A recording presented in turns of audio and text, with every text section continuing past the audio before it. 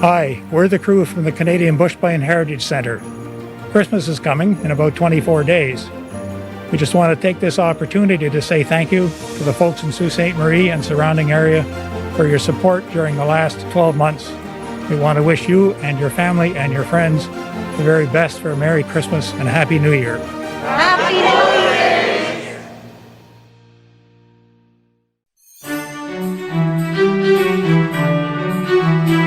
Sending love from our Nogdawindaman family to yours this holiday season. These times can often be difficult, so we send along the message to be gentle and kind in everything you do. Wherever possible, sprinkle that holiday magic in everything that you do. Happy holidays from Nogdawindaman.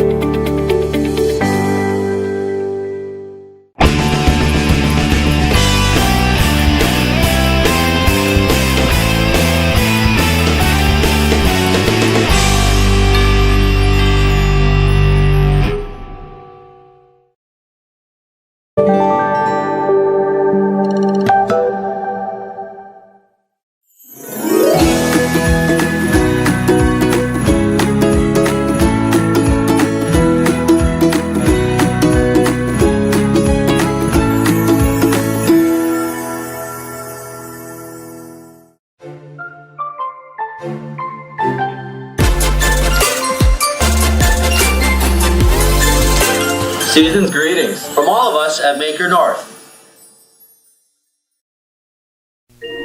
May all that is beautiful, meaningful, and brings you joy by yours this holiday season and throughout the coming year. From the management and staff from Community Living Algoma, we wish you a Christmas that is merry and bright.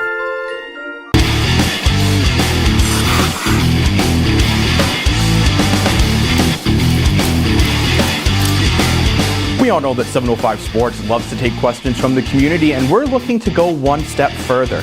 Send in your video question and it will be used on the show.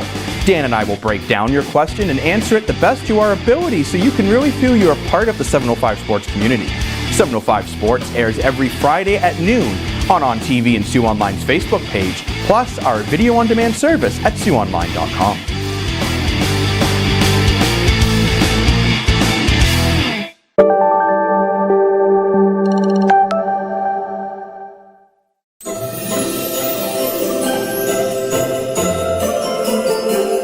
From all of us at Construction Equipment, we'd like to wish you a Merry Christmas and a Happy New Year. Merry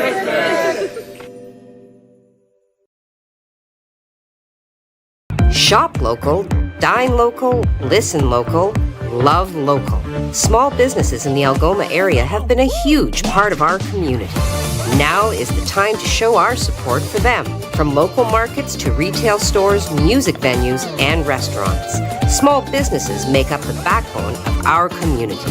So go on, embrace all they have to offer by shopping, dining, listening, and loving local. Visit ssmcoc.com to learn more or to join the chamber today.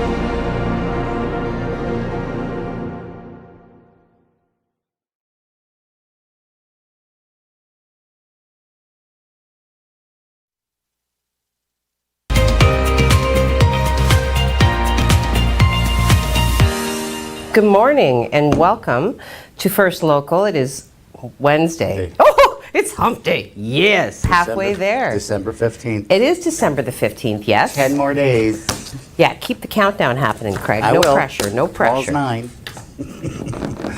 But you know what? You know what really depresses me about winter, and it's not even winter yet? The snowbanks.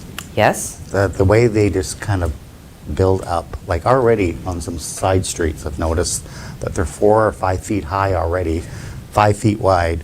Well, and it's that leap of faith, right? When you enter into a busy intersection, like kind of like, you know. You know, if we could just get rid of the snowbanks, I don't mind the snow, but get rid of the snowbanks, and then I can deal with the winter more. Well, like, what is the schedule for the clearing of the snowbanks? I heard the end of December to start clearing residential snowbanks. So. Okay. But even those big giant mounds and parking lots can get depressing too. Get rid of those. Then I can enjoy just winter make a it little go bit more. away, yeah. But you know what? We may lose a lot of that snow overnight tonight and into our day tomorrow because we have some rain coming into the forecast. We also have some unseasonably warm temperatures coming in. All right. And we could break some records today and tomorrow. The record for today is 6.6 degrees back in 1998. We could achieve that later on tonight. Okay. We could achieve 7 degrees later on tonight. Tomorrow, Wow. the record is 10.6. That was set in 1984.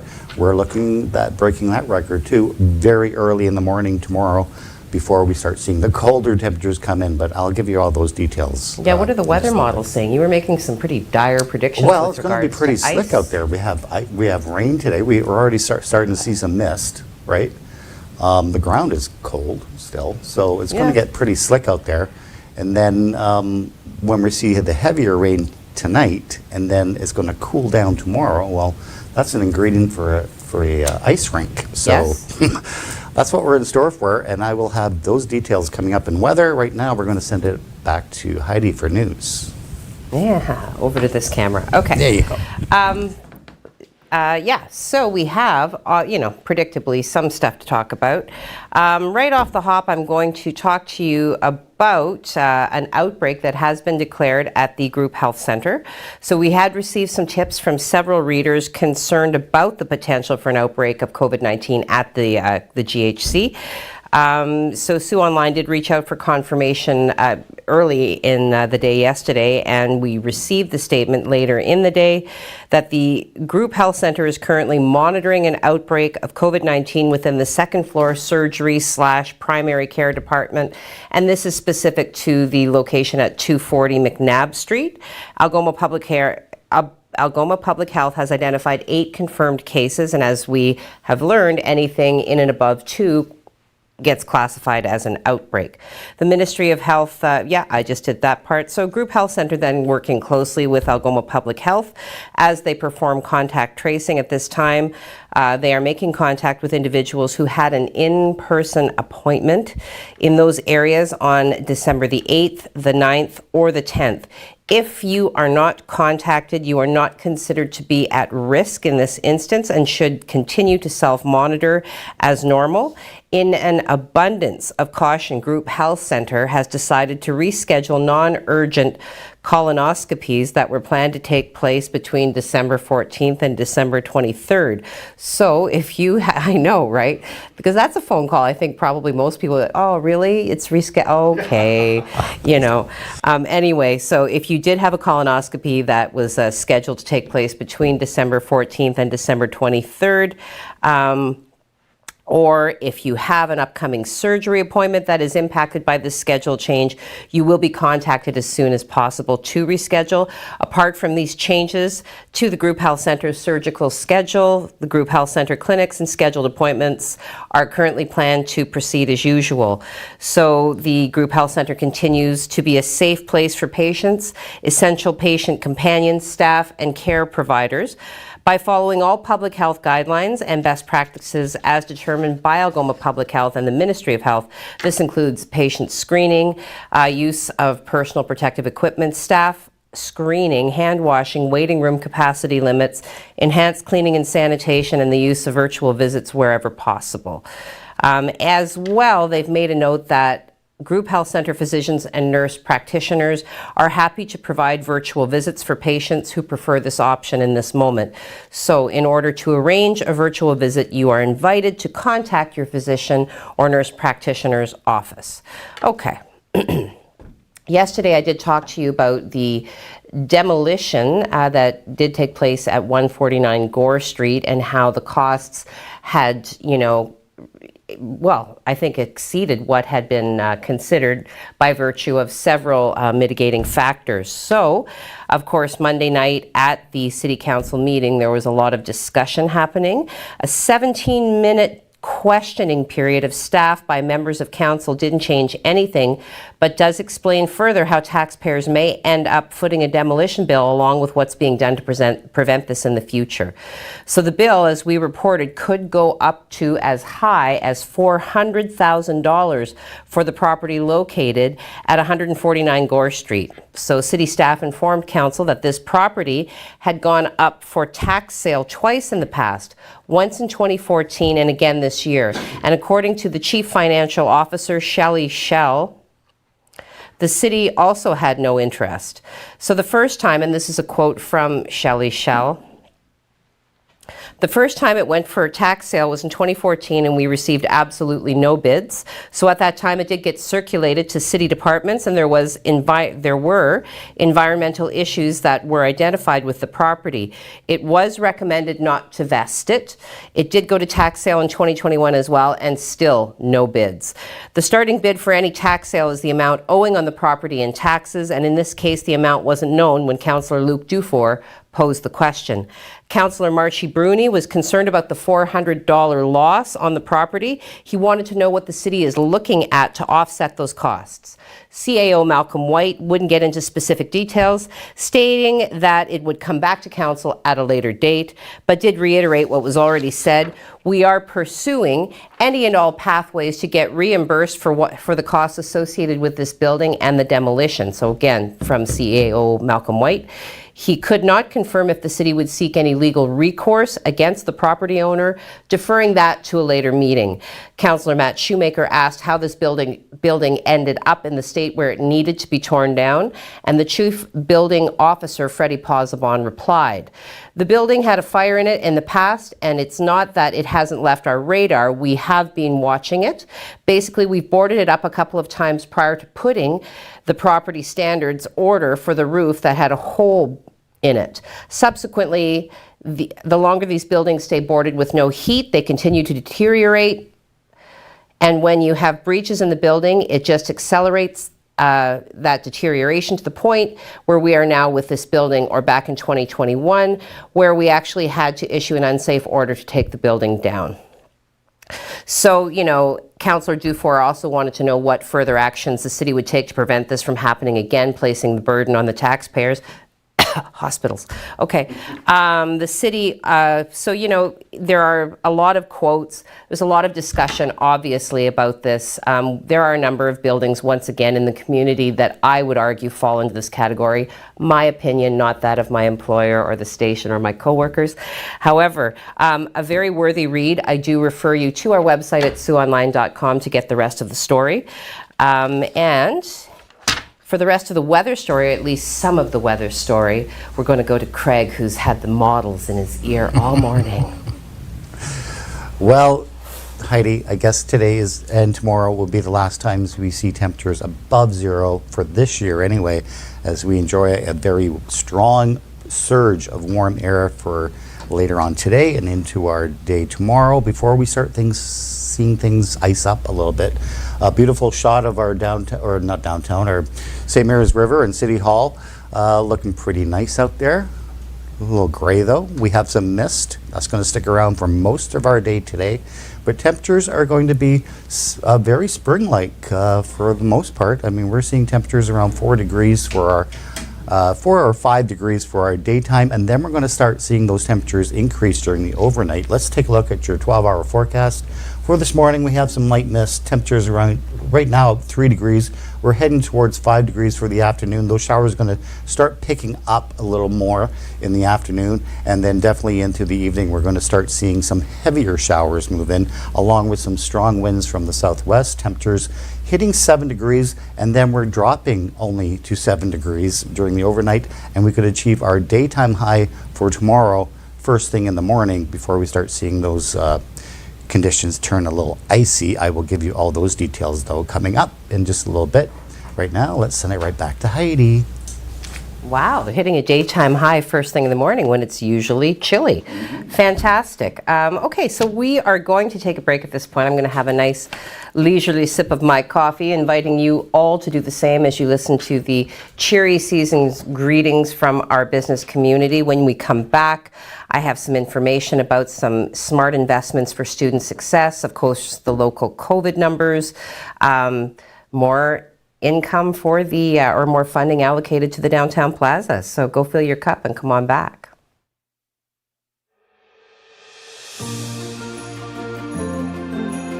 Hi, we're the crew from the Canadian Bushbine Heritage Centre. Christmas is coming in about 24 days. We just want to take this opportunity to say thank you to the folks in Sault Ste. Marie and surrounding area for your support during the last 12 months. We want to wish you and your family and your friends the very best for a Merry Christmas and a Happy New Year. Happy New Year! Shop local, dine local, listen local, love local. Small businesses in the Algoma area have been a huge part of our community. Now is the time to show our support for them. From local markets to retail stores, music venues, and restaurants. Small businesses make up the backbone of our community. So go on, embrace all they have to offer by shopping, dining, listening, and loving local. Visit ssmcoc.com to learn more or to join the chamber today.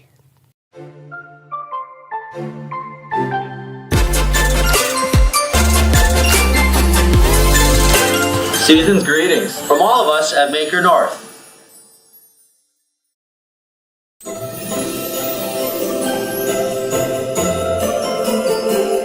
From all of us at Construction Equipment, we'd like to wish you a Merry Christmas and a Happy New Year. Merry Christmas!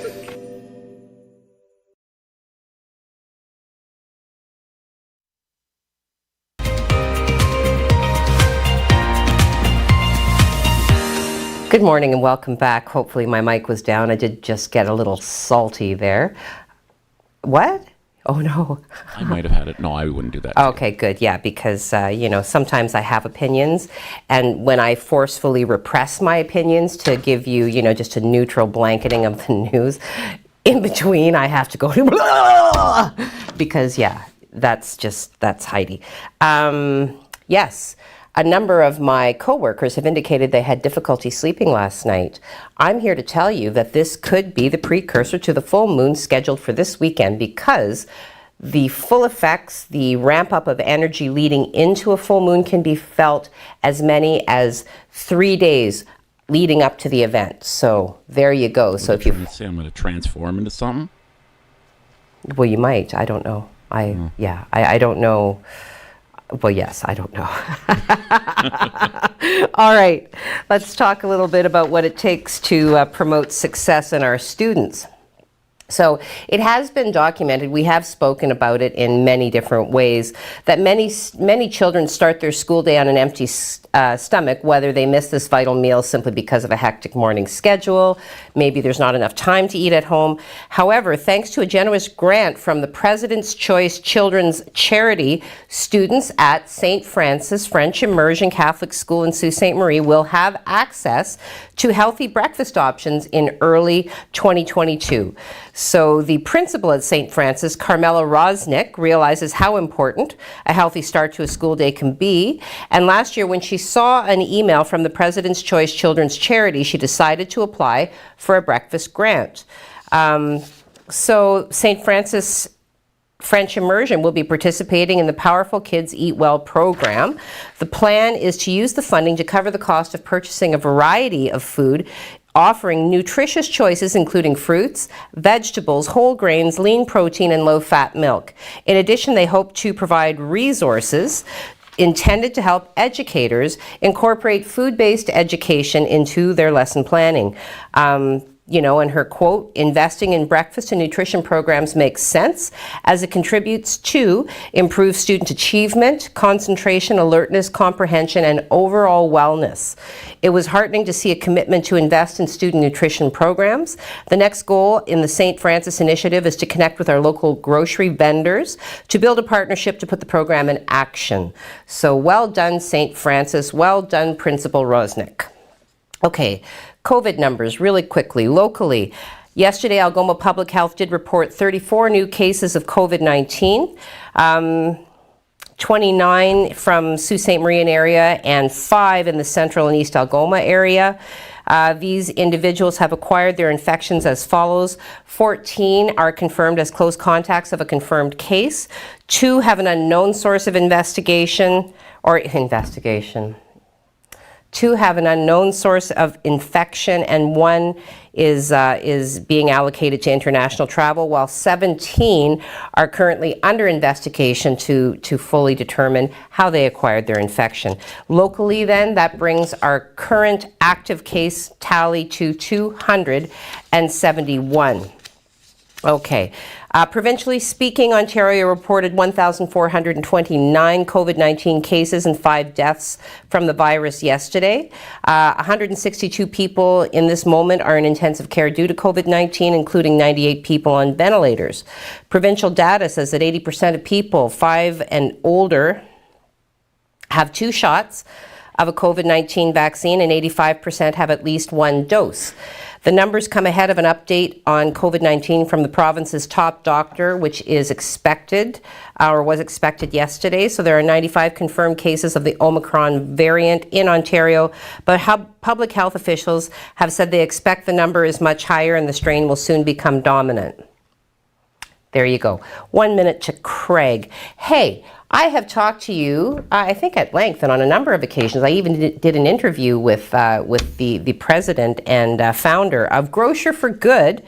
Grocer for Good has the primary purpose of employing people facing various barriers to paid employment and skill building while supplying essential goods at low markup to service an area that has limited access to fresh produce and everyday grocery needs. So the store then has been located at 133 Gore Street since it opened. It is now set to move further down the street to a new and larger space. So the last day that Grocer for Good will be open at 133 Gore Street is Friday, December 17th. Okay, the new space at 147 Gore Street will commence operations on Wednesday, January 5th, 2022.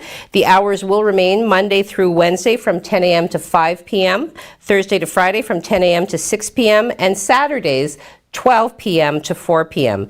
The expanded space allows Grocer for Good to install a teaching kitchen and expand programming and partnerships while staying in the downtown core.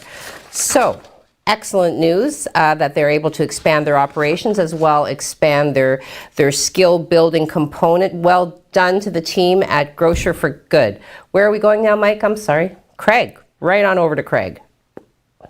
Well, Heidi, as I mentioned, we are in for a very tricky 36 hours as we start seeing some very warm temperatures and also some rain head our way for most of our day today and into our day Thursday. This is why we have pretty much the entire eastern section of the continent warming up today, and we're going to be in that range of the 10 to 20 degrees above normal. And the bulk of the warmth will stay south and into northwestern Ontario as this low pressure system kind of tracks up, and we'll take a look at that now on the satellite and show you just what's going on. So here's the low here. That's what's pushing all this cloud and eventually some rain showers into our forecast for today. Mainly mist and some very light showers for most of our day today. We're not going to see our daytime temperature actually achieve until sometime later on this evening as we start seeing that warm air come in. But there are some heavier showers associated right around the low pressure system, so we could see some heavier showers develop into our nighttime tonight. We'll take a look at the radar, show you what's going on right now. We have one little wave of showers to our south moving into just the North Shore area. For the most part, we're just going to be seeing cloud today and some very warm temperatures. The winds will also start to pick up from the southwest later on tonight, and that's that warm air coming in. And we're not going to see 7 degrees until sometime 9 p.m., 10 p.m. tonight, and then the temperatures will continue to rise during the overnight period. So we will achieve our daytime high for tomorrow first thing in the morning, and then we're going to see our temperatures drop down. So let's take a look now at the systems map for today. It's very complicated because we have a couple of systems at play. So we have this low pressure system moving in, this warm front pushing all that warm air and showers into our area, and then we have this cold front coming in for late day Thursday, sometime around actually in the early afternoon. We'll see the influence of this cold front. Winds will be shifting from the south to the northwest, and of course that could give us a chance of some not only cooler temperatures, but also a chance of some lake effect snow developing for Thursday night. So it's going to be pretty slick out there once we have all that moisture on the ground kind of freezing up, and then we're going to put a layer of snow on top of it. But this is what we look like for the next 3 days. For today, mainly cloudy conditions today. As I said, we're not going to see that 7 degrees till later on today. We're going to be pretty much at around the 4 to 5 degree mark for most of our day. Tomorrow, that rain will change to snow and also some very strong winds from the northwest. Temperatures at 9 degrees or maybe even 10 degrees in the morning, and then dropping like a rock in the afternoon. And of course, that's going to tighten everything up. And then we're going to see mainly cold conditions for the next several days as we continue to see that cooler air kind of sit over us and kind of give us those negative temperatures right now until the end of the year. So we're into that cold wave now of December, pretty much right on cue. I mean, winter starts on Monday, so can't really complain. I'll have the 7-day forecast coming up, tell you just how cold it's going to get over the next 7 days. I'll do that in just a bit. Let's send it right back to Heidi. Now, not to be a stickler, but I believe Craig just said winter starts on Monday. I'm pretty sure the solstice is the 21st, which is Tuesday.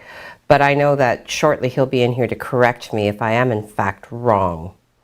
Anyway, while we sort this very important question out, we will go and send you into the world of our sponsors. So go fill your cup and come on back.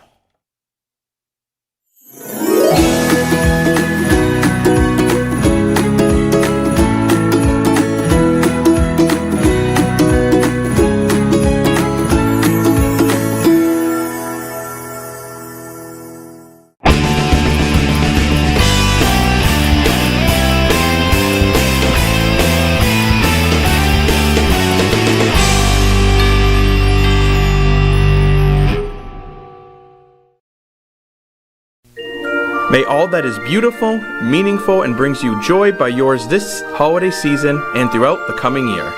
From the management and staff from Community Living Algoma, we wish you a Christmas that is merry and bright.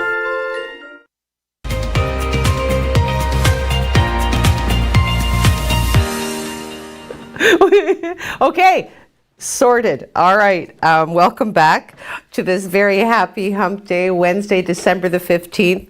I'm going to be doing some shopping on Thursday, so everybody stay out of my way. All right, while we're talking about spending money, let's talk a little bit about the downtown Plaza. All right. So at the City Council meeting on Monday, although 3 councillors, Matt Shoemaker, Matt Scott, and Marchie Bruni, they voted against extra spending. It does seem as though the city is set to spend more on this plaza. Now, in this moment, the funds are coming indirectly through a city spend through Tourism Sault Ste. Marie, and this is according to the report that was put forward.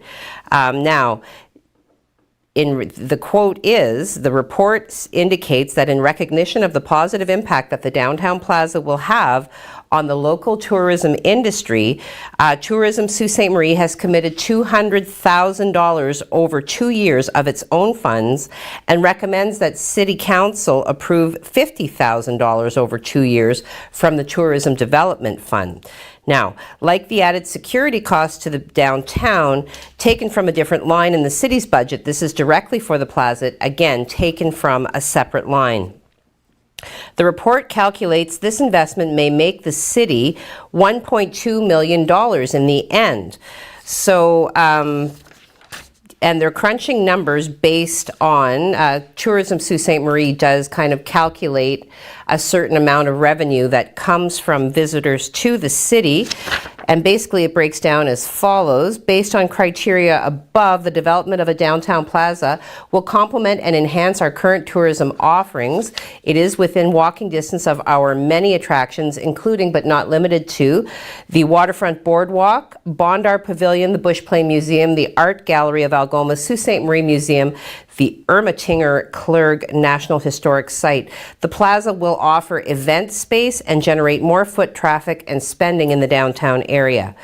Commonly viewed as a trip enhancer, the downtown plaza plays an important role in extending the stay of visitors and increases the dollars spent in our community. So Tourism Sault Ste. Marie applies $150 per visitor day to calculate the economic impact of visitors to the community.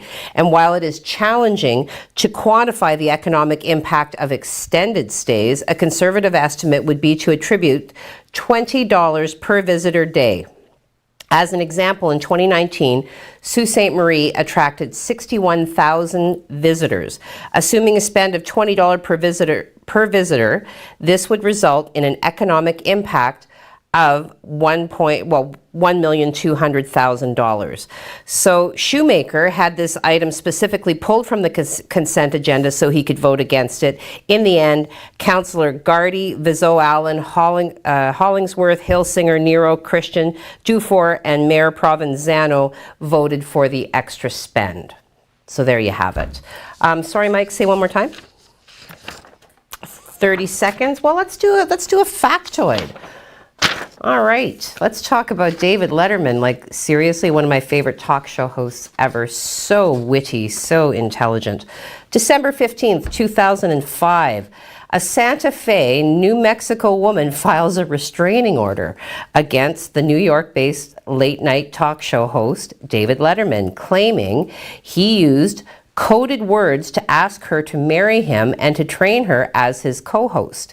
She claims this all started in 1993 when she sent him thoughts of love, and he responded in code words and gestures, asking her to come east. She also claimed in her 6-page application for the restraining order that Letterman had asked her to marry him during a televised teaser for his show by saying, "Marry me, Oprah," noting that Oprah was in fact his code name for her. Letterman denied the accusations. What do you think about that, Craig? Well, that happens all the time in TV business. Yes. Did anybody ever file a restraining order against you? Not yet. Not yet? Not yet. The time is coming. Hey, so yeah, I made a mistake. The winter season actually starts on the 21st at 10:59 a.m. Okay. So all right. Well, I'll be on my holidays at that point. well, good thing we sorted it out now. Yes. What's that? Yes, Margaret McKeag is in fact first, beating everybody to the punch. She says, "Good morning, all." Good morning, Margaret. Bradley Evoy is watching. I'm watching you, Bradley. Ooh, we have a new viewer, Wendy Delaney. Hello, Wendy Delaney. Wendy. Thank you for watching. Thank you for commenting. She says, "GM, y'all." So good morning, y'all. Good morning to you, lady. Thank you. Tori Nicole Below Henderson. Good morning, Heidi, crew, family, and friends. We are waking up in Charlevoix, Michigan with rain, and the snow is pretty much melted away. Have a great day. All be safe and kind. Yes, I love that tacking on at the end, be kind, right? Because in this moment, people can get a little contentious. You don't have and I have and this and... Yeah. All right, Joanne Burmaster, morning. Morning to you, Joanne. Bradley says, "Good morning. Happy slightly elevated protrusion day." Yes. Yes, we're going to clean up that hump day. That's what he's saying. Gotcha. All right. Marilyn Dunn, good morning. No snow yet. Not Nope, yet. lots and lots of rain, though. We're going to have rain. My sister is watching. Hello, Aspen. All right. Steve Childs. GHDEHYHAGD and rockin' the horns. Very nice. So, good hump day, everyone. Hope you have a great day. Yes. Thank you. I could never figure those out. I know, right? It just kind of, it keeps me like active. I like it. Marilyn Dunn, rephrasing, no snow falling yet. It won't, Marilyn. Not till tomorrow. Teresa Sloan Merling, good morning. Good morning to you, Teresa. Thank you for watching. Kimberly, good morning all. Happy hump day. Happy hump day to you, Kim. I'm almost out of chili. I'm going to eat the last of it today. It's delicious. Joseph Bertrand, full moon fever. I know, right? It's a real thing, I think, and yeah, it's coming. Dan Catou is watching. Hello, Dan Catou. Thank you for watching. Debbie Doucette says, have a wonderful day, everyone. Heidi, you look lovely. Oh, thank you. Thank you very much. Enjoy this great day. Enika, good morning, everyone. Happy hump day. Happy hump day to you. I don't know if I said it to you, but Debbie, I want you to have a really wonderful day too. And I'm sure wherever you are, you look quite lovely as well. So, and then we'll round it out with Margie Ian Goldsboro Heaney. She says, have a magical day. I like that. Yeah. Okay, I will. I will have a magical day. Thank you. Speaking of magical days, let's talk a 7-day forecast. Okay. Not looking all that great as far as temperatures go. We're going to fall back into seasonal temperatures after tomorrow, but you can see we're going to hit 10 degrees tomorrow, and then we fall to minus 10 at night. But look at those temperatures at night. It's getting pretty chilly. But, you know, it is December. Winter is starting on Tuesday. So, you know, it's pretty normal. We just have to be careful because we do have a wind warning in effect for areas north of the city. The Soo is not included in that yet. I'm assuming we will be. And there's also a special weather statement issued because of the rainfall. And, you know, it could get quite heavy tonight into the overnight period. So, like I said, we could lose a lot of this snow overnight tonight. Okay. So. How can they just like say that the Sioux's, okay, north of the Sioux, but not the Sioux's, are like an invisible barrier that I know. They'll eventually put the Sioux in. Okay. You know, they get it way worse up north because it's more open up there. So what north are we talking? Like Wawa? Well, Wawa south to, I believe, Agua or Lake Superior Park, I think is the warning criteria. But like I said, expect the Sioux to be added into that shortly, so. Is that what the weather models are saying? It's going to get very windy. Yeah. The winds they say will it blow. just like that, too. All right, I'm being bid to dry up and end the show. So that's all the time we have for you today. I'm going to end the show because it's time and not because I'm being told to. Have a great day, everybody. We'll see you tomorrow.